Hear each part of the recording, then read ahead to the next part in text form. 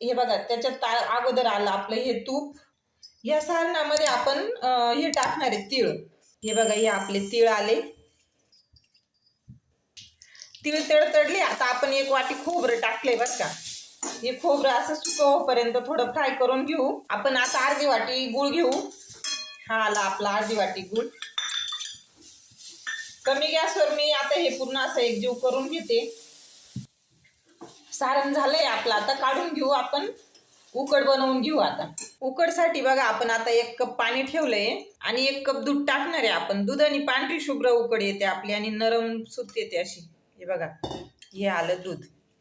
आता हे उकळू देऊ. बघा पाण्याला उकळी आली. यात आपण टाकू थोडं तूप. हे आलं तूप आणि अगदी थोडं किंचित असं मीठ टाकायचंय. मीठ अन्नात टाकण्यापेक्षा पिठातच टाकून घेऊ आपण.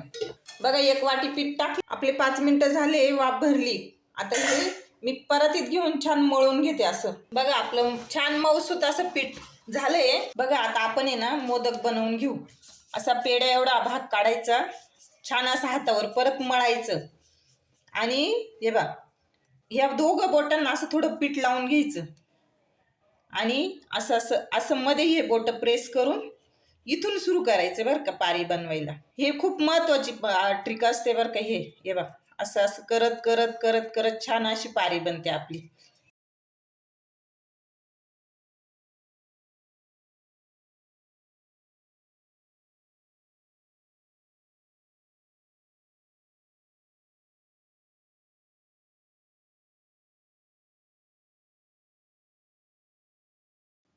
आणि कळी कशी पाडायची हे बघा. हे असे अशी पूर्ण कळी घ्यायची खालून आणि होता होईल तेवढ्या जास्त, जेवढ्या कळ्या जास्त पडतील तेवढं आपला मोदक सुंदर दिसतो.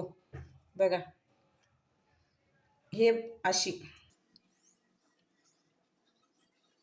मोदकचा खूप मोठा व्हिडिओ बनतो पण आता आपण छोटं तुम्हाला बघायचंच आहे तर मोठा व्हिडिओ बघायला मी टाकलाय मोठा पण व्हिडिओ तो बघा आणि लाईक सबस्क्राईब नक्की करा. बघा किती छान आपलं मोदकचे कळ्या पडले आहेत. आता हे असं करून आणि पूर्ण असं एकच डायरेक्शनने असं गोल करायचं. बघा लगेच आपलं मोदक तयार होतो. सर्व बनवून घेते आता हे. बघा आपले मोदक तयार आहे. आपण आता उकडायला ठेवू बरं का. आपण हे 7 ते 8 मिनिटं छान वाफ भरू देऊ. बघा आपले 7 मिनिटं झाली. चेक करू आपण. मोदक झालेत बरं का आपले मोदक. असे मोदक तुम्ही बनवा, खा आणि मला लाईक करून सांगा.